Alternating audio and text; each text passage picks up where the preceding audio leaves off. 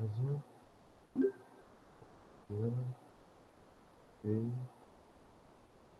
Compartilhar. Feito.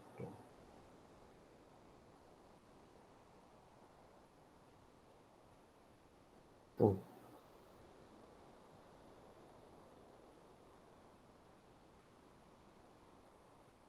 como é que vocês estão? Tudo bem?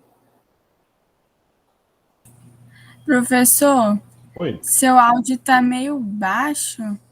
Espera aí, deixa eu aumentar um pouquinho mais.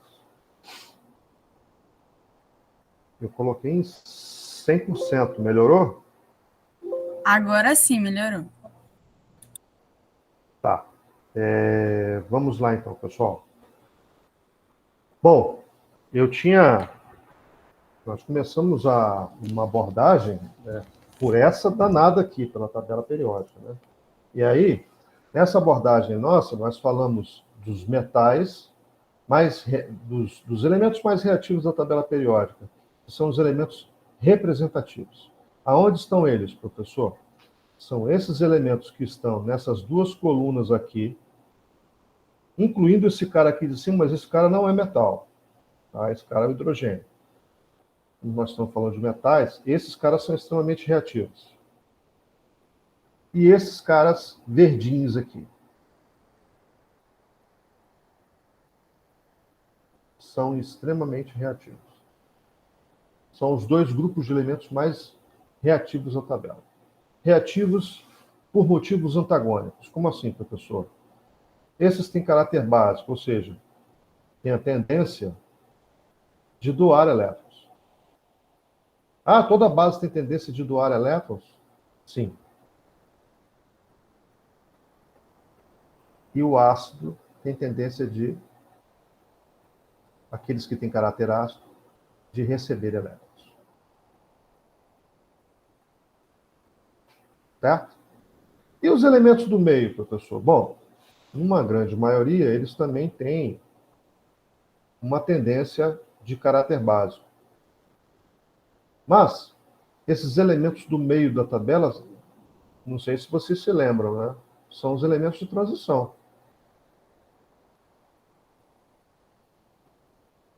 E os elementos de transição, eles não são muito reativos. Esses são os de transição externa, esses são os de transição interna. Cuidado para não se confundir. Esses terminam em D, então aqui você vai ter colunas D1 até D10, conforme eu já coloquei aqui. E esses aqui de baixo, todas as duas, tá? Das duas fileiras, finalizam em F1 até F14. Algumas tabelas têm alguns dois elementos aqui. Então, vou apagar aqui que ficou meio ruim. Colocar. Quando aparece esse tipo de representação, normalmente eles incluem os elementos da coluna D1 aqui, esses dois aqui, justamente para informar que essas duas famílias aqui, lantanídeos e actinídeos e lantanídeos, estão incluídos nessa coluna aqui D1, apesar de finalizarem a grande maioria em F. Tá? Sobre isso, eu queria fazer alguns questionamentos e a interação com vocês. Vamos lá. Vocês já viram, se eu pego um elemento, por exemplo, nessa posição aqui, vamos supor, eu não sei qual o símbolo do elemento que está aqui, vamos supor que eu não saiba, tá? E eu vou chamar ele de essa letrinha aqui, gama. Me diz uma coisa, o gama termina a distribuição dele em qual subnível com os elétrons?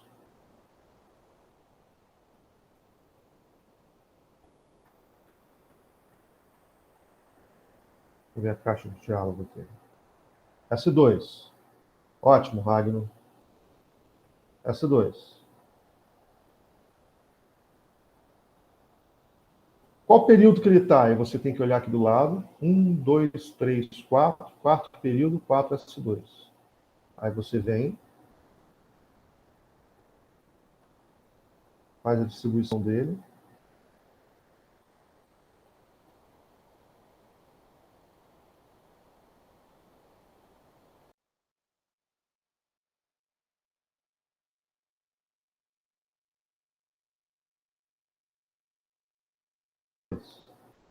Tá esse cara aqui. Então, ele está no quarto período.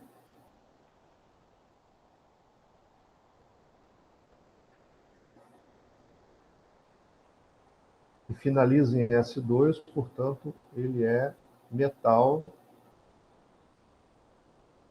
alcalino terroso. Roso. É elemento representativo.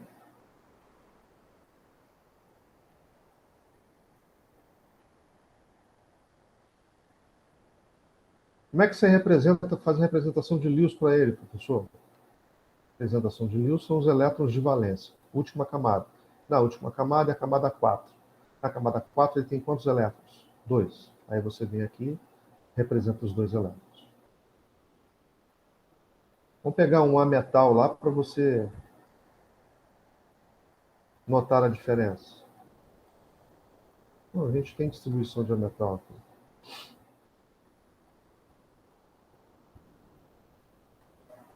Aqui. Primeiro eu vou mostrar para vocês onde dá o beta. Beta aqui. Vamos colocar o beta aqui. Ele está no quarto período. Então ele termina em 4, P5. P5, ó. P1, P2, P3, P4, P5.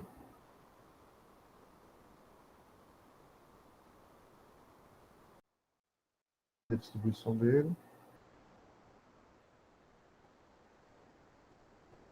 1S2, 2S2, 2P6, 3S2, 3P6, 4S2, 3D10, 4P5. Tá a distribuição dele. Cuidado, na hora de fazer a representação de Lewis dele, você tem que considerar toda a camada de valência. Então, são 2 subníveis que representam a camada de valência. Esse e esse. Então, 2 mais 5, 7. Representa os 7 elétrons aqui.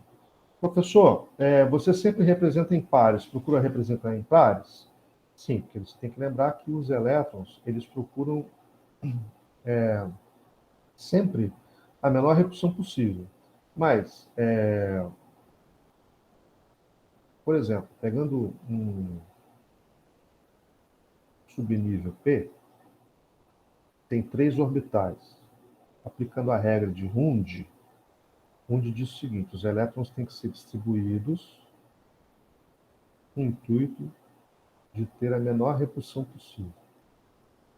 Então, nesse caso aqui é P5, eu vou colocar o quarto elétron aqui e o quinto elétron aqui.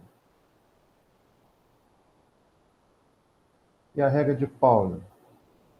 Os elétrons que estão na mesma posição, mesmo orbital, eles têm que ter spins contrários, ou seja, eles têm que ser invertidos, um é para cima, um é para baixo. O que isso indica, professor? Enquanto um elétron, imagina a esfera aqui representando um elétron, esse é o eixo indicando o sentido de rotação dele. Enquanto um elétron vai girar nesse sentido, o outro elétron que acompanha ele no mesmo orbital tem que girar no sentido oposto. Por quê, professor? Porque eles já têm aqui a mesma carga. Então, eles vão ter uma repulsão natural, porque eles têm o mesmo sinal. Cargas de mesmo sinal se repelem. Para reduzir essa repulsão ao máximo e fazer com que eles se tolerem aqui no mesmo orbital, na mesma órbita, e que o átomo não se destrua, ele criou esse mecanismo. Girando em torno dele em rotações diferentes, ele consegue gerar um campo eletromagnético de atração que se opõe à repulsão. embora a repulsão ainda prevaleça um pouquinho. Eu estou tentando fazer esses vetores que representam a repulsão aqui mais intensos, para que você veja que a repulsão prevalece um pouco. Ok? Mas eles conseguem se suportar ali. Por quê? Porque existe exatamente esses spins contrários. Então, nada que você estudou dos números quânticos foi estudado à toa. A ideia foi sempre se fornecer subsídio para você entender não só a localização dos elétrons, mas por que eles estão ali. Certo? Muito bem. Nosso objetivo aqui, esse não é o foco principal da aula. O foco principal é entender como os elétrons estão na eletrosfera e o que isso influencia no aspecto reativo desses elétrons. Ok? Vocês estão me ouvindo direitinho? Sim. Perfeito. Tô sim. Ótimo. Então vamos prosseguir. Esses são elementos representativos. Isso quer dizer que os elétrons mais energéticos, que são esses aqui, quem disse para o senhor que são os mais energéticos, professor? Quem disse para nós foi Linus Pauling. Ele disse, professor? Disse. Usando esse diagrama, você está utilizando a ordem crescente de energia proposta por Linus Pauling. Certo? Então, a gente pode afirmar que os elétrons mais energéticos são esses que finalizam a distribuição. Respectivamente, o 4s2 e o 4p5, no caso desse átomo aqui de baixo. Perfeito. Então, esses elementos aqui são flagrantemente representativos.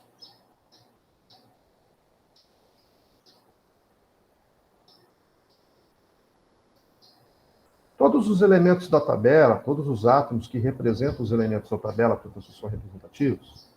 Não. Os que estão no meio da tabela são os de transição. Qual a diferença dos de transição para os representativos, professor? Existe uma diferença interessante, que vale a pena e é importante você saber. Qual seria, professor? Bom, a gente pegando o elemento de transição, por exemplo, o θ aqui. Eu peguei esse exemplo do 4d6. Vamos mostrar ele lá na tabela, para você ter certeza que eu estou me referindo ao elemento de transição. É esse cara aqui. Então eu vou chamar ele de θ. Ele está no quinto período, correto? Quinto período e termina em D6. Tudo bem, pessoal? Não importa qual seja o símbolo dele, não é a minha preocupação. A minha preocupação é qual a distribuição e, a partir dessa distribuição, que característica química que ele vai assumir. Então, vamos lá. Distribuição de acordo com o diagrama de Pauli. Para quem ainda não está habituado com o diagrama de Pauli, vamos lá. Segue aqui embaixo, que eu vou fazendo a distribuição aqui em cima. 1s2, 2s2, 2p6, 3s2, 3p6, 4s2, 3d10, 4p6, 5s2, eu já obedeci já o critério dele estar no quinto período. Ou seja, ele já está no quinto período só pelo fato de ter o 5s2 na distribuição. Então, no próximo D, eu devo parar. Ah, funciona assim? Não vai terminar em 5D, não? Não.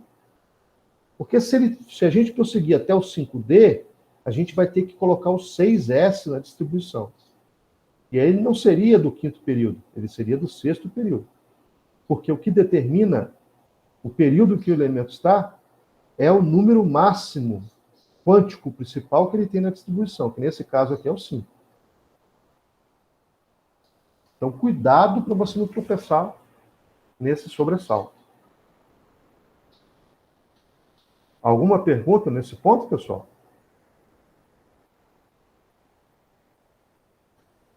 Deixa eu ver no... Beleza. Todo mundo, ninguém tem dúvida. Sejam absolutamente sensatos e sinceros aí. A gente tem que sanar essas dúvidas. Beleza. Então, vamos lá. Feito isso, a gente continua até interal D6, que é onde ele está, lá na tabela que a gente combinou. Beleza. Então, 5S2, 4D, no D cabem 10. Mas ele tem 6 elétrons só, então ele termina em 4D6. Certo? Qual o número atômico dele? Só você somar. Apesar de ser o número de elétrons, você sabe que esse átomo, né, ele está no estado elementar, então ele tem que ter o número de elétrons igual ao número de prótons. Então, ó, 2 mais 2, 4, 10, 12, 18, 20, 30, e 6, 38, 44. Confere? Então a gente vai colocar o número atômico dele aqui embaixo. 44. Professor, Oi. desculpa a interrupção. É que eu não estou conseguindo acompanhar porque a minha internet está caindo. O senhor vai deixar a aula gravada? Já estou gravando. Tá, mas o senhor vai postar no Moodle ou em alguma coisa? Posto no Moodle e mando para a sala também. Eu esqueci de fazer isso na aula passada, na semana passada. Vou mandar um monte de aula para vocês hoje. Desculpa. Tá bom então. Então eu vou ter que sair porque eu não estou conseguindo acompanhar. Beleza. Lamento pela internet aí. Ela nos falha às vezes mesmo. Bom, e sendo assim, termina em 4D6. Professor, o elétron mais energético está aqui no 4D6. Positivo. Se você pegar o subnível D e representar, lembre-se que ele é representado por 5 orbitais. Os orbitais sempre são quadrados, professor. Essa é uma forma geométrica que o ser humano desenvolveu didaticamente para que você represente os orbitais. Orbitais são órbitas. Então, o que a gente quer representar aqui, geometricamente, é a posição que os elétrons se encontram. Tá? Na verdade, os elétrons ficam em órbita ao redor do núcleo. É isso que você tem que entender. Vamos colocar em cor diferente aqui para destacar. Vamos começar a distribuir esses elétrons aqui, aplicando a regra de Rand, o princípio de exclusão de Pauli. O que é a regra de Rand, professor? Um elétron só ocupa o segundo espaço quando o primeiro foi preenchido.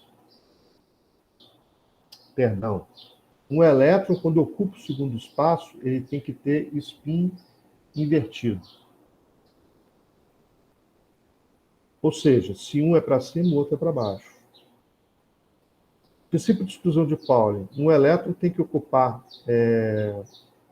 o orbital de forma que a repulsão seja a menor possível. Então vamos lá.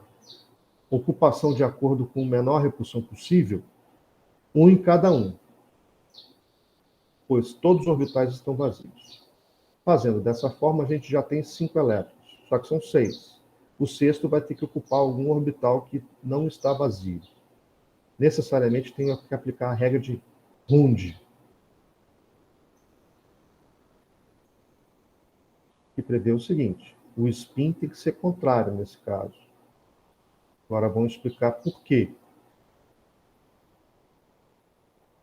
Já expliquei. Então, o mesmo princípio que eu apliquei aqui, eu tenho que aplicar para todos os preenchimentos de orbitais. Beleza? Muito bem, pessoal. Uma coisa muito importante que eu vou perguntar a vocês agora.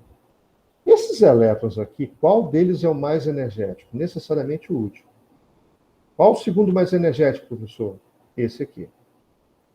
Qual o terceiro mais energético, professor? Esse aqui. E assim vai. Certo? Beleza. Eles coincidem com a camada de valência, eu quero dizer, os mais energéticos estão na última camada para este átomo hipotético θ?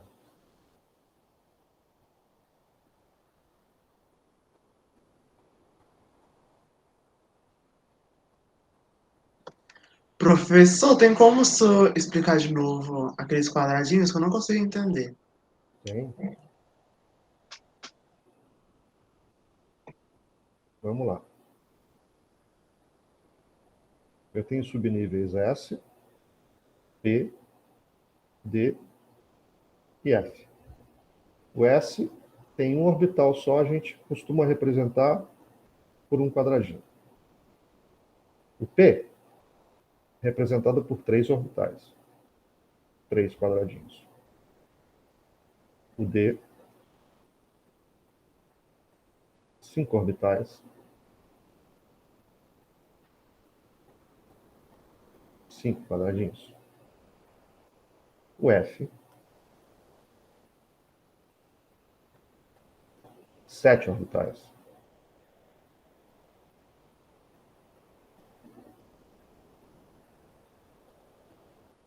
Sete quadradinhos. Perfeito?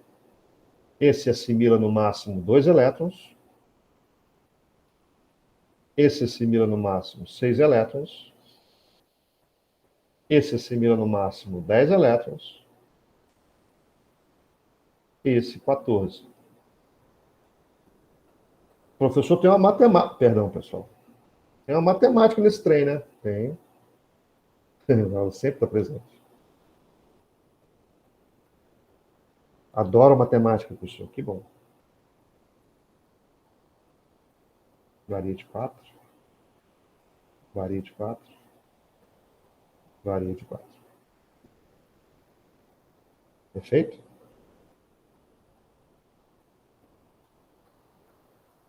Progressão aritmética. Certo? Você vai aprender. Se você não aprendeu, você vai aprender com o professor de matemática. Isso. O professor Vicente que dá aula para vocês, né?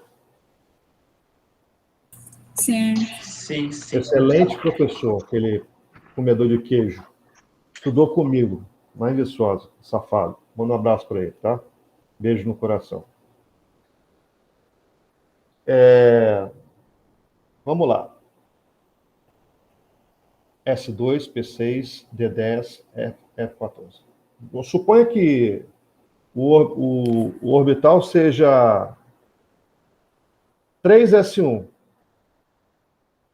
Como é que se distribuiria aqui? 1. Suponha que fosse 2P4. Como é que você distribuiria? Você ia colocar o 6? Não tem, tem 4 para colocar. Então você coloca 4. Ó, 1, 2, 3, 4. Eu não vou dizer para você que é uma regrinha. Se você puser, coloca os primeiros para cima e os outros para baixo. Isso tem uma razão de ser. Você preenche os primeiros espaços vazios e você coloca os primeiros elétrons sem se preocupar, dessa forma, porque eles não vão ter repulsão. Então, os primeiros 3 elétrons, nesse caso, eles não têm nenhum outro elétron para repulsar com eles. Então, você pode colocá-los para cima sem preocupação. O fato de você não poder preencher assim, por exemplo,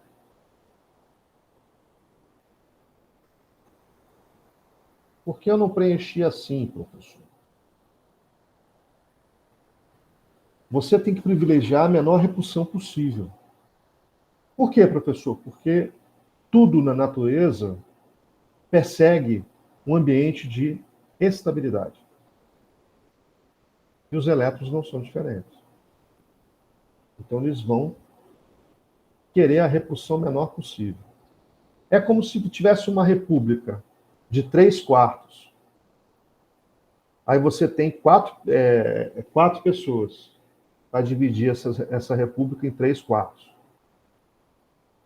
A maioria de vocês ia querer o quarto sozinho. Certo? Ah, mas se eu tivesse um casal de namorados.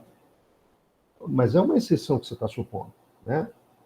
Estou supondo que ninguém namora ninguém. São colegas. Vão montar uma república.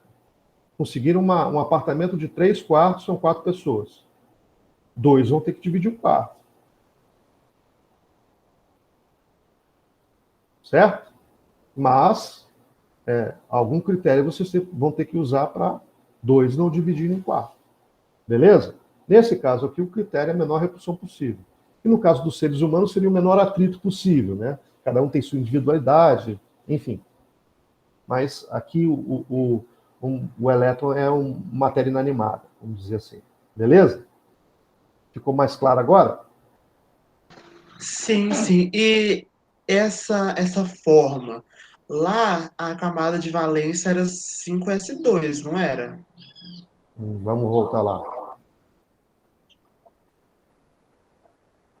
Lá, camada Aí, de valência, 5s2.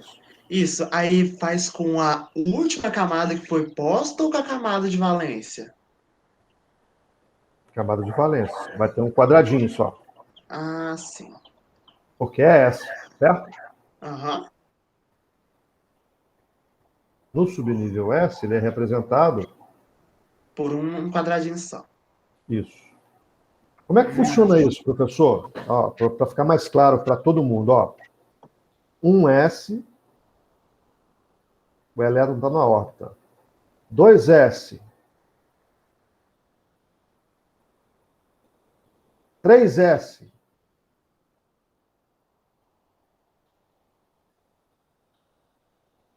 e assim por diante. Ok?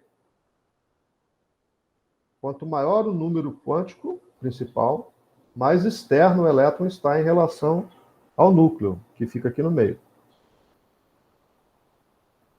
De acordo com a concepção do diátomo mais aceita, que é a concepção em níveis de energia iniciada por Rutherford Bohr. Aquele modelo de Rutherford Bohr, lembra? Sim, sim. Mas esse detalhe vocês não sabiam, que os S se sobrepunham. O mesmo acontece com os P's, mas o formato da órbita que muda. Porque o P tem o formato de halteres, o movimento que o elétron faz na órbita. E ele faz esse movimento e, ao mesmo tempo, ele gira ao redor do núcleo. Professor, que doideira é. E o detalhe, ele faz isso sem se chocar com nenhum outro elétron. Nossa, o mundo quântico é muito especial, deve envolver muito estudo, muito. Muitos cálculos, professor, muitos. Tem que gostar muito dessa área. Tem. O senhor é quântico, professor? Não. Eu sou da área de materiais, uso um pouco de quântica, mas só o suficiente para eu me virar. Perfeito, pessoal? Espero ter esclarecido o máximo possível. Alguma outra pergunta? Deixa eu olhar o... Tá. Então, continuemos. Eu perguntei para vocês qual é o elétron mais energético. Aqui, no caso, é 4s2. Vamos voltar lá no de transição.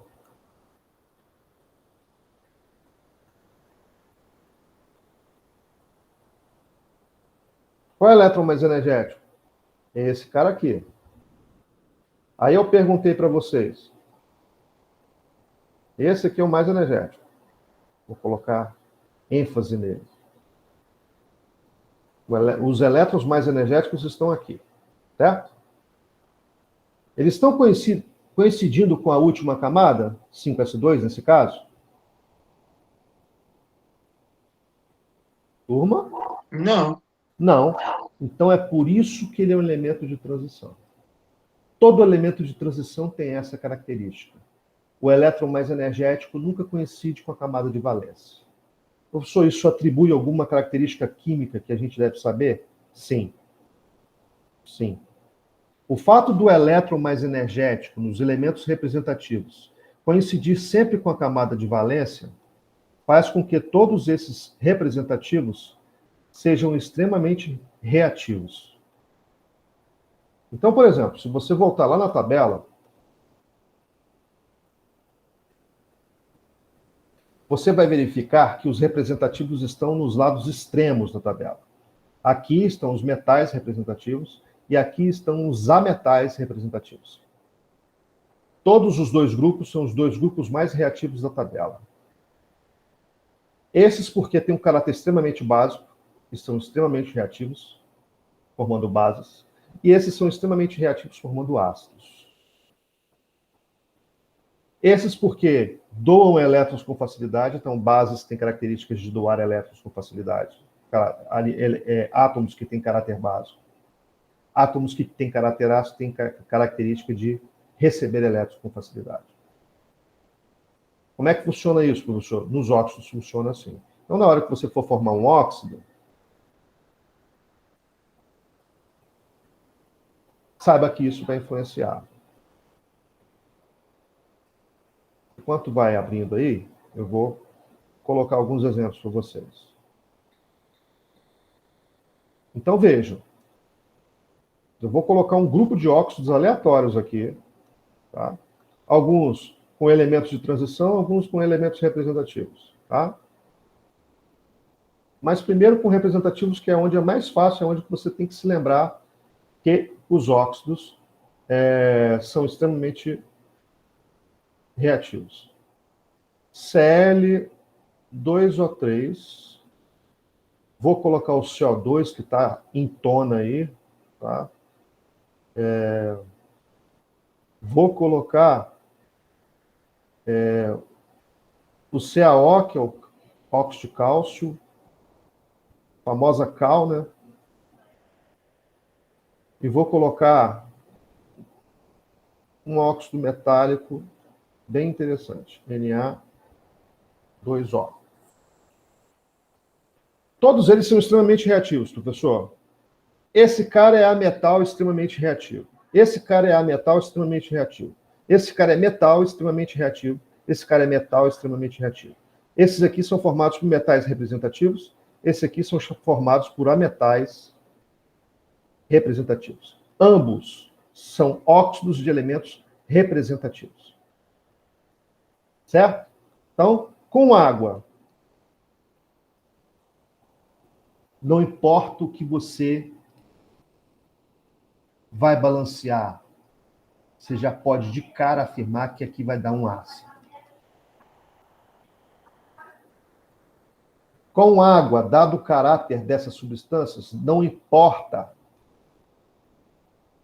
qual vai ser a fórmula que você vai colocar aqui na frente, reagindo com a água, vai formar uma base. Isso tem que ficar bem consolidado para nós. Então vamos lá, os ácidos são os mais fáceis de formar. Então vamos lá. Soma. Começa sempre pelo hidrogênio, por quê? Porque nós, seres humanos, estabelecemos que para nós ensinarmos os nossos pequenos, vocês, né, didaticamente seria interessante iniciar a fórmula dos ácidos com H, os inorgânicos, ok? Então vamos lá. H2, Cl2. Quantos oxigênios? 3, mais um daqui, 4.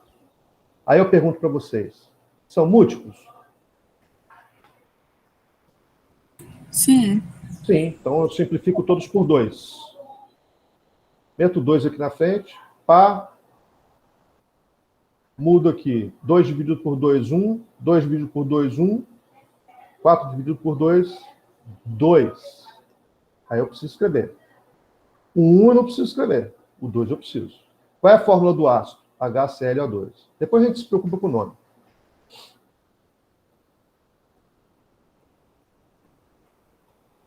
Esse aqui. Qual a fórmula do ácido que vai dar? Me ajuda. Quantos hidrogênios? 2. 2. Quantos carbonos? 1. 1.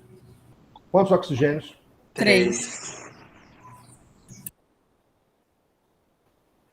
Esse aqui é bem fácil, tá, pessoal, o nome. Esse óxido aqui, o nome dele é óxido carbônico. Esse aqui vai ser o ácido carbônico.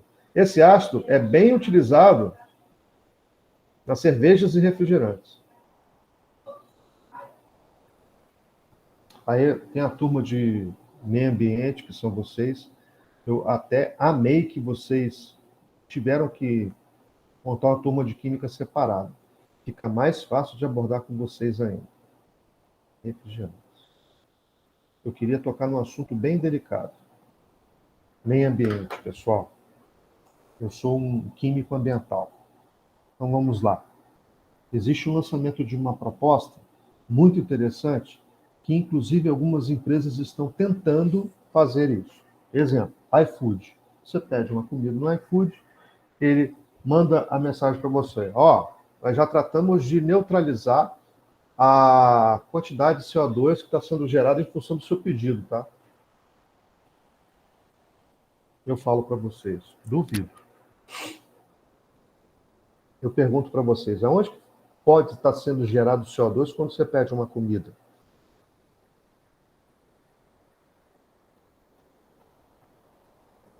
Vamos lá? Quando você queima o gás, você gera CO2? Ah, eu preciso da interatividade de vocês. Vamos lá. Eu acho que sim. Sim, sim. Você vai queimar o gás, gera CO2. Ok. Gera CO2. Você Para entregar comida. entregar comida, você queima combustível. Opa, gera CO2. O cara respira, ele tem que respirar, professor. Não tem Android ainda não. Beleza, gera CO2. Você vai tomar, vamos supor que você seja adulto já, e você vai tomar uma cerveja. Vamos supor que eu não sei que alguns de vocês tomam cerveja, tá? Toma cerveja, a pessoa. Gera CO2? Sim. Demais. A indústria de cerveja gera muito CO2. É, professor? Saiba. Você está contribuindo para a camada de CO2, o efeito estufa. Opa, está contribuindo, beleza. Refrigerante. Não, mas eu vou pedir cerveja, não, vou pedir refrigerante. Beleza, refrigerante também leva CO2. Ué, o gás do refrigerante é ácido carbônico. Ácido carbônico se decompõe em quê? Em água mais CO2. Ah, professor, então a reação é reversível? Sim, é reversível. Então, esse ácido formado aqui, ele se decompõe rapidamente em água mais CO2. Então, esse gás é lançado muitas vezes para a atmosfera. Como é que você neutraliza o CO2? Alguém me dá uma sugestão?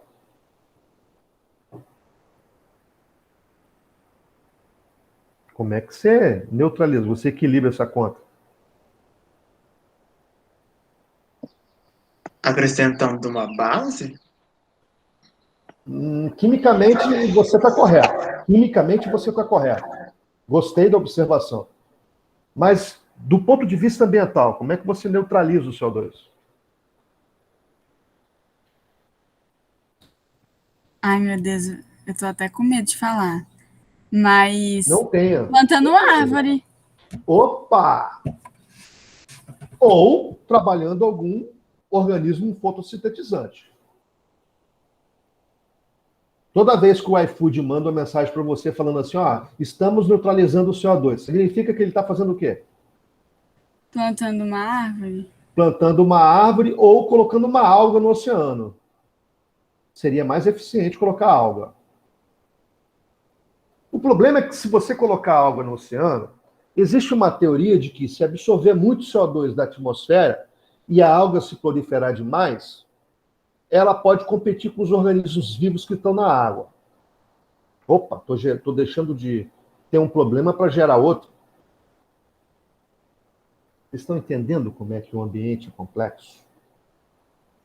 Outra coisa que eu vou perguntar. Plantando uma árvore, ela vai estar neutralizando o CO2? Como é que quantifica isso, professor?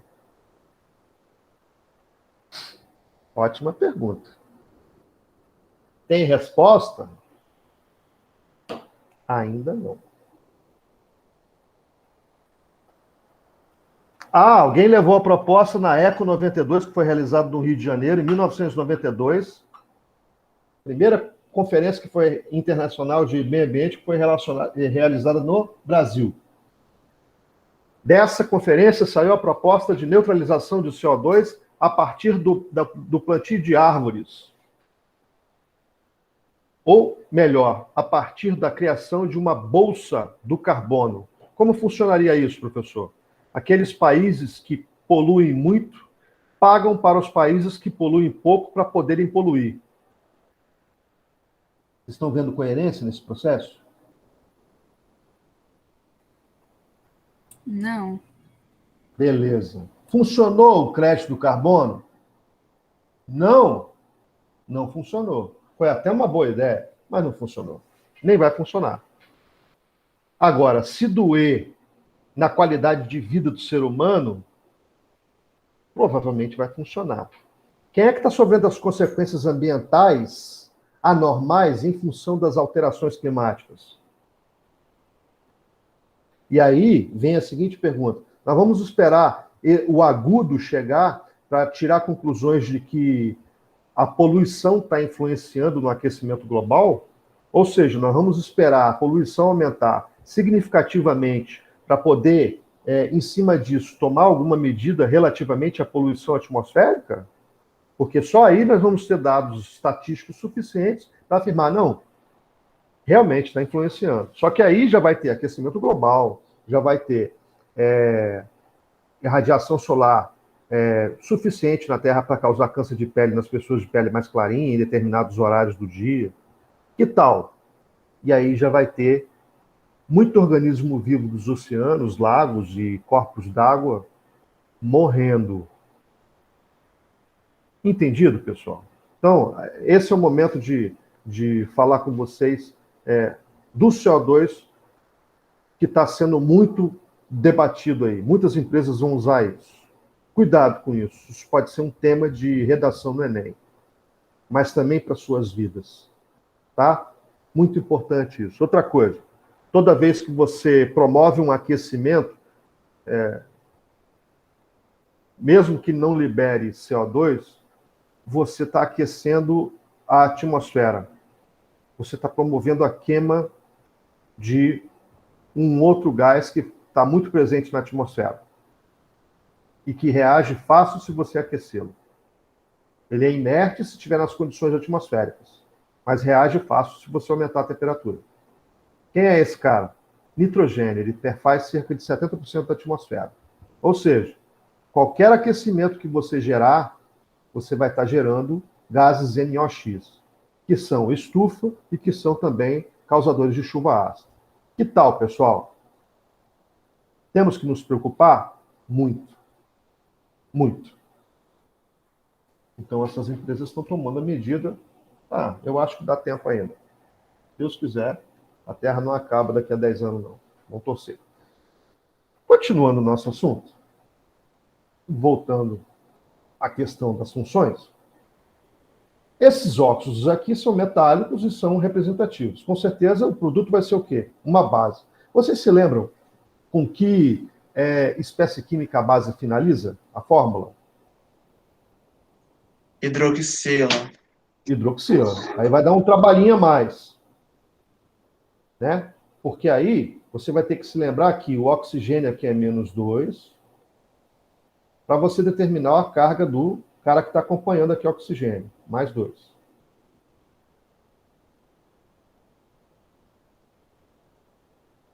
Como tem 2 desse cara, eu vou precisar que cada um dele tenha carga +1.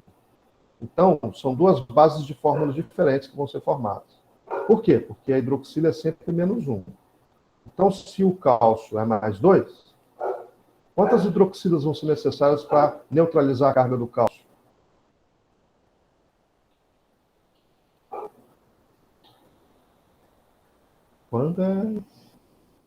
Quantas hidroxilas? Serão 2 hidroxilas. Ótimo. 2. Todos entenderam as 2 hidroxilas? 2 vezes -1 dá quanto? -2. Esse -2 neutraliza o +2 aqui. E a fórmula fica o quê? A gente apaga tudo e fica só a fórmula COOH2.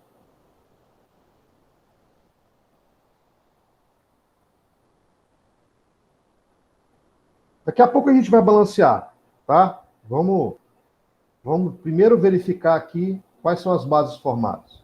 A hidroxila é -1, eu coloco a hidroxila aqui de novo.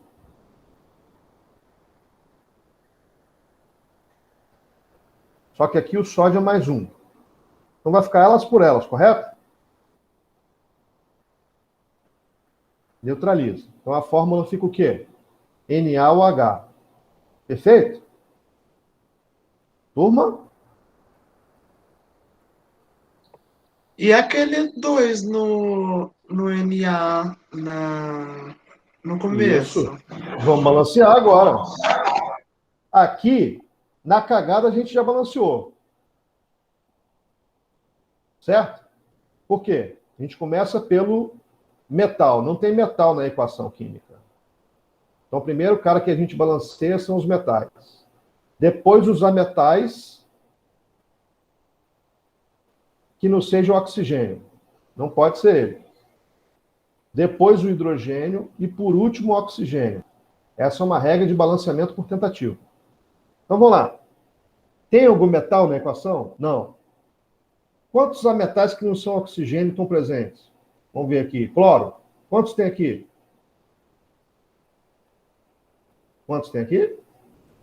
2. 2. 2 vezes um fantasma que está aqui. Aqui, quando não tem nada, é um fantasma. 1 vezes 2, 2. 2 vezes 1, umzinho fantasma, 2. Tá igual? Tá. Continua com outro elemento.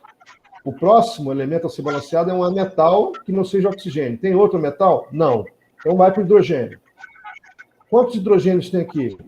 1 vezes 2, 2. 2 vezes 1, 2. Então está balanceado. Agora vamos ao oxigênio, o último a ser balanceado. 1 vezes 3, 3.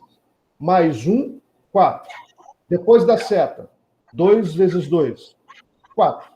Então aqui essa equação está balanceada. Quais são os coeficientes que balanceiam essa equação?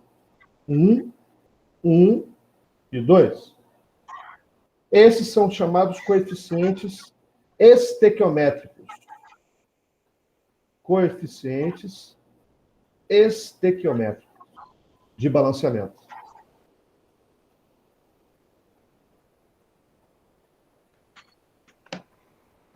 Vamos balancear de baixo. Quantos hidrogênios tem aqui? Ah, não, começa pelo carbono, professor, que é um metal. Beleza. Quantos carbonos tem aqui? 1 vezes 1, fantasma aqui, 1. 1 vezes 1, fantasma, 1. Agora vai para o hidrogênio. 1 vezes 2, 2. 1 vezes 2, 2. Está balanceado também. Oxigênio. 1 vezes 2, 2. 1 vezes 1, 1. 1 mais 2, 3. 1 vezes 3, 3. Então, aqui também está balanceado. Agora, vamos aqui embaixo. Começa pelo metal. Aqui, no caso, tem metal. É o cálcio. 1 vezes 1.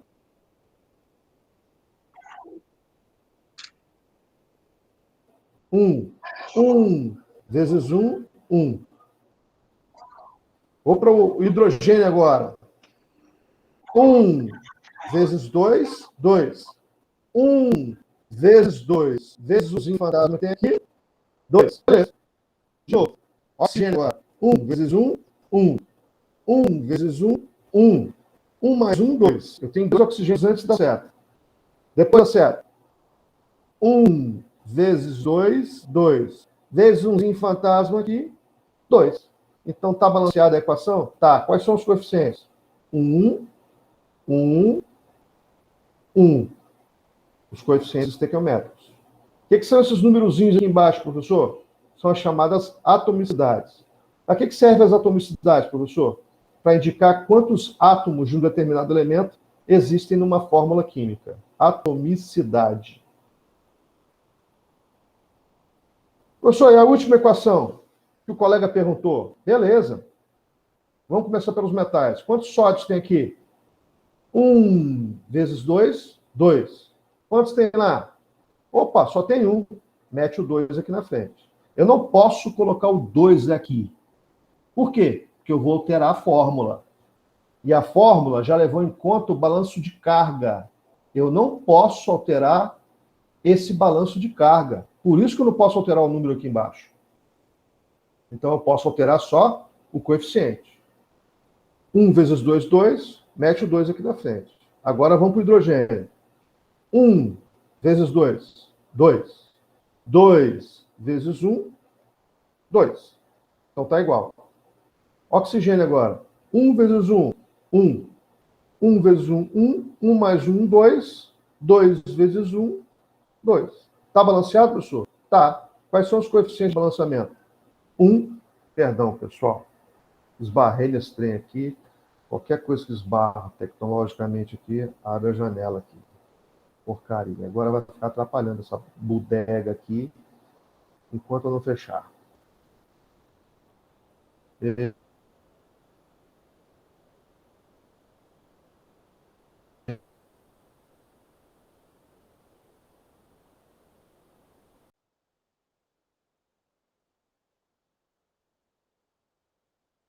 Tecnologias e seus desembaraços. Ou melhor, seus embaraços.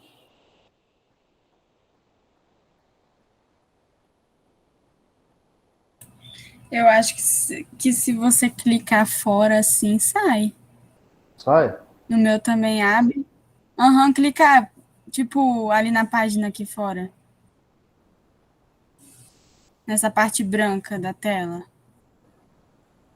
Branca? Aqui? É, isso. Não No adiantou, meu, não. quando eu clico fora assim, sai.